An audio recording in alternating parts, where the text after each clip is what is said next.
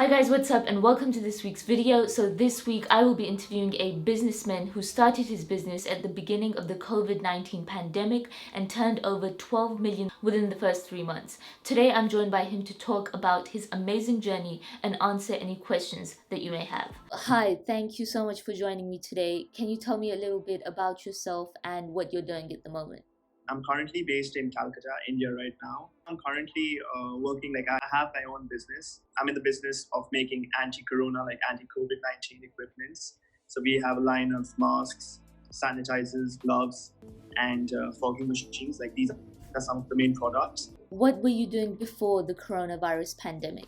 So before the coronavirus, I was actually involved in cryptocurrencies in Canada. The fintech industry, I was investing, analyzing. What made you want to start your business? Primary reason that I started this business was I saw this huge demand, when the coronavirus had just started off in China in 2019 and it was spreading through Wuhan. I could see that, how suddenly China, there were 80,000 cases. And I knew countries all over the world were taking the virus very lightly. It was reflected in the comments of the President of the United States, as well as several leaders.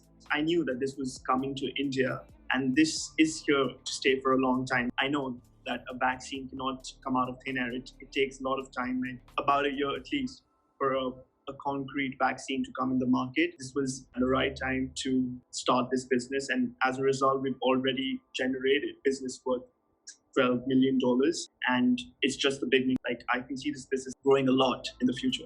And which month did you exactly start your business? So we were already up and running with our products in January. So can you talk a little bit about the process that you went through to start up the business? So yeah, it was basically first what I saw was a demand, and then I kind of arranged a supply chain, as well as made contacts with few manufacturing units in India. I hired a few business development executives who would help me capture the market. Yeah, it was a steady process of get orders, find customers who would be willing to take big orders as well as small orders, which was not very difficult for them because hospitals all over the world and India were short of all these equipment. So did you have trouble recruiting employees for your business whilst being in isolation? I don't think looking for employees was a problem at all because, as you know, unemployment is a severe issue in India and in most countries. So there are always people willing to do a job, no matter what kind of job it is. Yeah, and I think with this pandemic hitting the economy and shredding the economy to pieces, more unemployment, we've never seen such kind of unemployment ever since the Great Depression. There could never be a better time to find employees for your business. So clearly your business is very popular because of the coronavirus pandemic. What are your thoughts on the business's sustainability once this pandemic is over? Every business has a cycle. There's a boom period, then there's flattening of the curve, and then there's eventually a bust. Yeah, there will be a time when the vaccine comes out that the demand for all these products will fall. And it could be I don't expect it to happen at least in 2020. So even when the vaccine comes out, I think healthcare is one sector where governments all over the world have realized that they need to shift their spending from military to healthcare, because the biggest threat to humanity, more than any war, was this virus. America has lost more people to this virus than they've lost to the Vietnam War. So healthcare has become a top priority for governments, and it will continue to be a top priority for governments all over the world. So you're currently in India, which, correct me if I'm wrong, but it's in a state of lockdown. So how is that going? What's the general feeling like within the country?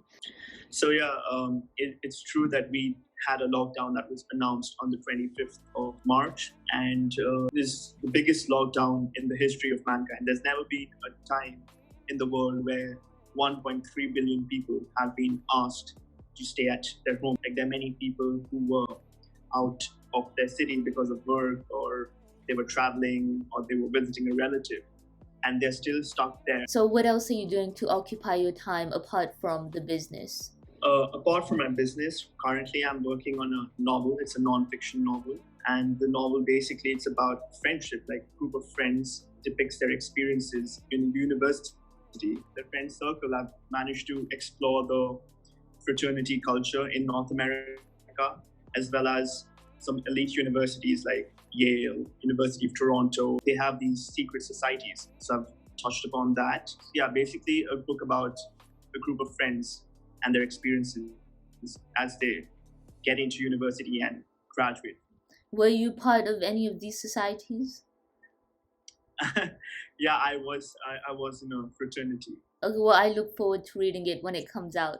I'll send you a complimentary copy. You Oh, don't have to okay. buy it. Perfect, perfect. Do you have any tips for any budding entrepreneurs who are looking to maybe start a business during this pandemic? So I think we are currently undergoing the fourth industrial revolution, as everyone knows. Anyone who wants to start off and make it big has to focus on things that are relevant to this industrial revolution. So these would be things like machine learning, artificial intelligence, blockchain technology, fintech. Like I told you, I was in cryptocurrencies. Definitely keep the fourth industrial revolution in mind and look at these emerging fields. Lastly, is there anything that you want to add?